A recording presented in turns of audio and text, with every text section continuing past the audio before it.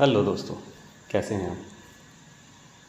जैसा कि आपको पता है कि नए भारत का नया संसद भवन बनकर तैयार हो चुका है और 28 मई को हमारे देश के प्रधानमंत्री श्री नरेंद्र दामोदर दास मोदी भारत के नए संसद भवन का अनावरण करेंगे।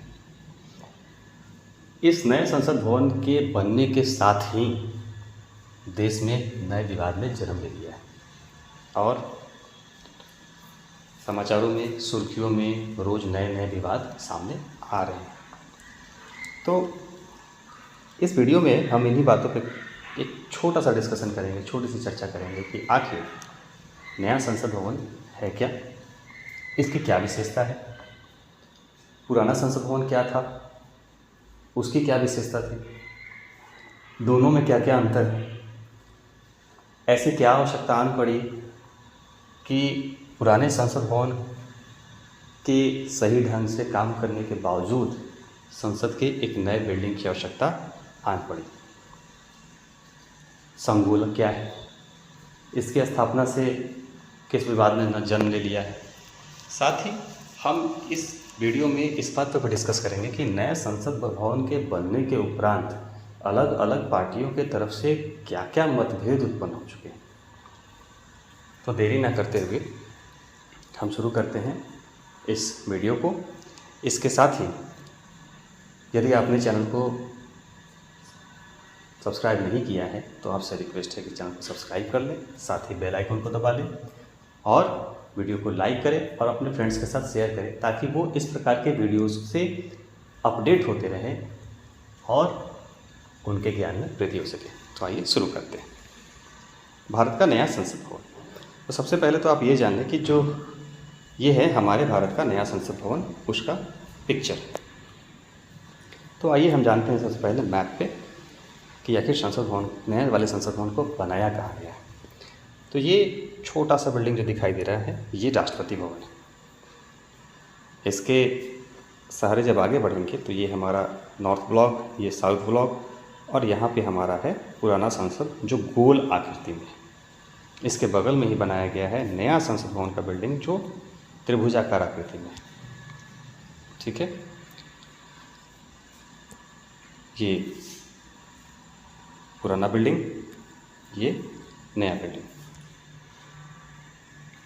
इसके पहले हमें यह जानने की आवश्यकता है कि ये सेंट्रल विस्टा क्या होता है। तो आप जान लें कि राष्ट्रपति भवन से लेकर के इंडिया गेट के बीच जो एक रास्ता है वो 3 किलोमीटर का एरिया है और इस 3 किलोमीटर के एरिया को ही हम सेंट्रल विस्टा के नाम से जानते हैं। तो सबसे पहले हम संसद भवन के पुराने बिल्डिंग और नए बिल्डिंग का कंपैरिजन कर लेते हैं। तो जो पुराना वाला बिल्डिंग है इसकी नींव 12 फरवरी 1921 ईस्वी को रखी गई थी। इसको बनने में 6 साल का समय लगा था और कुल 83 लाख रुपए इसमें खर्च हुए थे। वहीं इसके डिजाइनर की बात करें तो एडविन लुटियंस और हर्बर्ट बेकर और एडविन लुटियंस, इन्होंने इसका डिज़ाइन तैयार किया था। नए वाली बिल्डिंग की बात करें तो इसका नींव 10 दिसंबर 2020 ईस्वी को रखा गया और इसके बनने में टोटल 2 साल का समय लगा।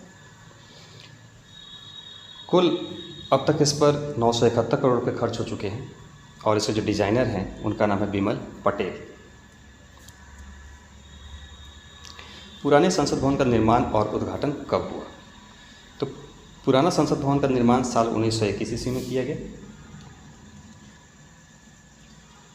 ड्यूक ऑफ कॉनार्ड ने 12 फरवरी 1921 को इसकी आधारशिला रखी थी और 18 जनवरी 1927 को तत्कालीन वायसराय लॉर्ड इरविन ने इनका उद्घाटन किया। उस समय इसे हाउस ऑफ पार्लियामेंट के नाम से जाना जाता था। आगे बात करें कि नए संसद भवन का निर्माण और उद्घाटन कब। तो पीएम नरेंद्र मोदी 10 दिसंबर 2020 को इस पुराने नए संसद भवन की उन्होंने आधारशिला रखी थी और 28 मई 2023 को पीएम नरेंद्र मोदी के द्वारा ही इसकी उद्घाटन की जाएगी। पुराने वाले संसद भवन और नए संसद भवन के निर्माण में कितने वर्ष का समय लगा? तो हमें पता है कि पुराना वाला जो संसद भवन है उसको निर्माण होने में, उसको बनने में 6 साल का समय लगा। वहीं नया वाला संसद भवन जिसको 2022 में कंप्लीट होना था पर 2023 में उसका अनावरण किया जा रहा है, यानी टोटल 3 साल का समय उसमें लगा। तो आइए बात करते हैं सीटिंग कैपेसिटी के बारे में। तो पुराना संसद भवन जो है उसको लोकसभा के लिए 543 सीटें जबकि राज्यसभा के लिए 250 सीटें हैं। वहीं अगर नए संसद भवन की बात करें तो लोकसभा की 888 सीटें, जबकि राज्यसभा की 300 सीटें उसमें बनाई गई। पुराने वाले संसद भवन, इसके डिज़ाइनर के बारे में हम लोग समझ लेते हैं कि डिज़ाइनर जो है इनके वो हैं एडविन लुटियंस और हर्बर्ट बेकर। और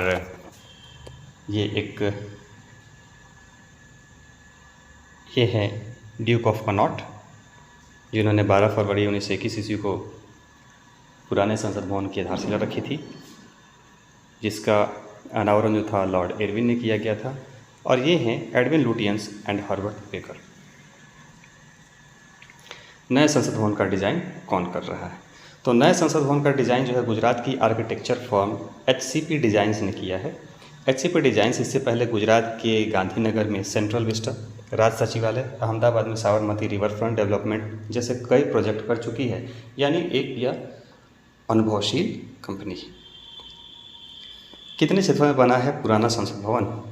तो पुराना संसद भवन जो है ये 566 मीटर व्यास में बना था। ज़रूरत के हिसाब से बाद में साल 1956 में संसद भवन में 2 और मंजिलें जोड़ी गई। 2006 में संसद संग्रहालय बनाया गया और इस संग्रहालय में भारत की समृद्ध लोकतांत्रिक विरासत के 2500 वर्षों को प्रदर्शित किया गया। नए संसद भवन का क्षेत्रफल कितना है? तो नए संसद भवन का जो क्षेत्रफल है वो है 64,500 स्क्वायर मीटर। इसकी आकृति है त्रिकोण। अब सवाल ये है कि ये त्रिकोण क्यों है?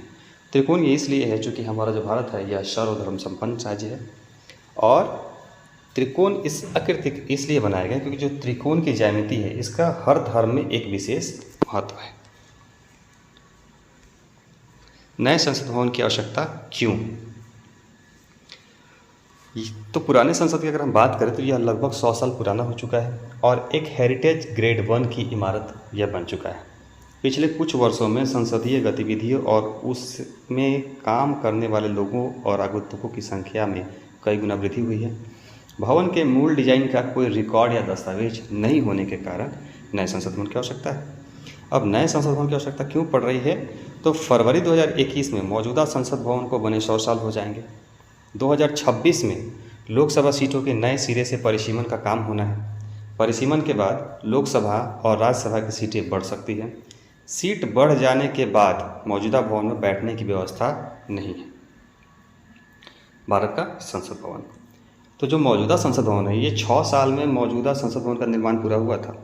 1921 में इसका निर्माण काम शुरू हुआ था।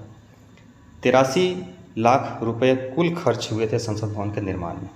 इसमें 3 सीमित कक्ष हैं। मौजूदा संसद भवन इस समय 47,500 वर्ग मीटर में बना हुआ है। 543 सदस्यों के बैठने की व्यवस्था है लोकसभा में। नए संसद भवन की बात करें तो 2 साल में बनकर तैयार हो जाएगा, लेकिन इसको बनते बनते 3 साल हो गए। 971 करोड़ रुपये इसके खर्च हुए हैं।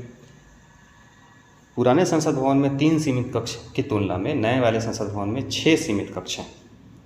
पुराना संसद भवन जो है वो आपको 47,500 वर्ग मीटर में बना हुआ है, जबकि नया संसद भवन जो है वह 64,500 वर्ग मीटर में बना हुआ है।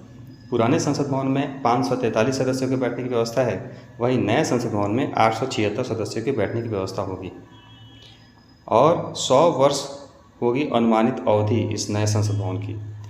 8,000 से अधिक श्रम संसाधन लगाए जा रहे हैं भवन को बनाने में। नए संसद भवन की क्या विशेषताएं?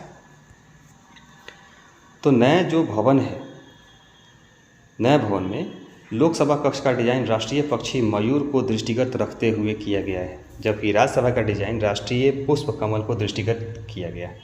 पूरे भवन के डिजाइन में देश के महत्वपूर्ण हेरिटेज भवनों जैसे राष्ट्रपति भवन इत्यादि की स्थापत्य कला को ध्यान में रखा गया है। भवन का design HCP designs and management private limited Ahmedabad द्वारा तैयार किया गया है। दूसरी विशेषता कि हर सीट पर लगी होगी टच स्क्रीन। नए भवन में प्रत्येक बेंच के साथ एक साथ दो सदस्य बैठ सकेंगे। प्रत्येक सीट डिजिटल प्रणाली और टच स्क्रीन से सुसज्जित है। नए भवन rain harvesting system, water recycling system से सुसज्जित है। पूरे भवन में 100% UPS पावर बैकअप की व्यवस्था है। आधुनिक ऑडियो विजुअल की सुविधा रखी गई है। नए संसद भवन में मिलेगा कार्यालय। संसद सदस्यों के लिए लगभग 800 चैम्बर्स रेड क्रॉस रोड पर श्रम शक्ति भवन एवं परिवहन भवन के निकट निर्मित किए जाएंगे। इसका निर्माण अप्रैल 2022 में आरंभ होगा और मार्च 2024 तक संपन्न हो जाएगा। नए संसद बनाने पर पुरानी संसद का क्या होगा, यह भी एक चर्चा का विषय है कि नया संसद भवन तो आप बना देंगे, पर क्या पुराने संसद भवन को आप तोड़ देंगे या उसे यूं ही खड़ा रखने देंगे, यह भी एक चर्चा का विषय बना हुआ है। यह हमारा पुराना संसद भवन कितना सुंदर लग रहा है। सरकार के मुताबिक पुराने संसद भवन को ढहाया नहीं जाएगा, इसे संरक्षित रखा जाएगा क्योंकि यह देश की पुरातात्विक संपत्ति है। संसद से जुड़े कार्यक्रमों के आयोजन के लिए इस इमारत का इस्तेमाल किया जाएगा। 2022 की एक रिपोर्ट के मुताबिक पुरानी संसद भवन को संग्रहालय में तब्दील किया जा सकता है। सरकार के मुताबिक पुराने संसद भवन को गिराया नहीं जाएगा और इसे एक पुरातात्विक संपत्ति के रूप में घोषित किया जाएगा। अब नए संसद भवन के बन जाने से विपक्ष और पक्ष के बीच में क्या क्या मतभेद हैं इसको समझ लेते हैं। सबसे पहली बात कि कांग्रेस सहित 19 विपक्षी दलों का कार्यक्रम का बहिष्कार करने का ऐलान किया गया है। दूसरी बात कि नए संसद भवन के उद्घाटन पर प्रधानमंत्री मोदी ऐतिहासिक एवं पवित्र सेंगोल को स्थापित करेंगे। ठीक है, तो सेंगोल की स्थापना भी एक विवाद का विषय है। दूसरी बात, विपक्षी दलों का कहना है कि जो नया संसद भवन है इसका उद्घाटन प्रधानमंत्री के बजाय राष्ट्रपति को करना चाहिए। संसदीय कार्य मंत्री प्रहलाद जोशी बोले स्पीकर संसद के संरक्षक हैं, उन्होंने ही प्रधानमंत्री को किया है आमंत्रित। तो अलग अलग ये विवाद है कि इसका उद्घाटन कौन करेगा, सेंगोल पद्धति को आप क्यों स्थापित कर रहे हैं, या इसकी आवश्यकता नहीं थी। तो सेंगोल के बारे में बात कर लेते हैं। तो सेंगोल जो है इसको हम अपने पुराने मूवीज़ में देख चुके हैं। इसे राजदंड कहा जाता है। 28 मई को प्रधानमंत्री नरेंद्र मोदी नए संसद भवन का उद्घाटन करेंगे और इस नए भवन में स्पीकर के आसन के पास में सेंगोल को स्थापित किया जाएगा। सेंगोल भारतीय परंपरा का प्रतीक है जिसका इतिहास 1947 में हुए सत्ता के हस्तांतरण से जुड़ा हुआ है। जब भी कोई राजा, एक राजा दूसरे राजा को अपनी सत्ता को हस्तांतरण करता था तो उस समय राजदंड का भी ट्रांसफ़र हो जाता था एक हैंड से दूसरे हैंड में। सेंगोल का इतिहास काफ़ी पुराना है। आज़ाद भारत में इसका बड़ा महत्व है। 14 अगस्त 1947 में जब भारत की सत्ता का हस्तांतरण हुआ तो वो इसी सेंगोल के द्वारा हुआ था। इस तरह कहा जा सकता है कि सेंगोल भारत की आज़ादी का प्रतीक है।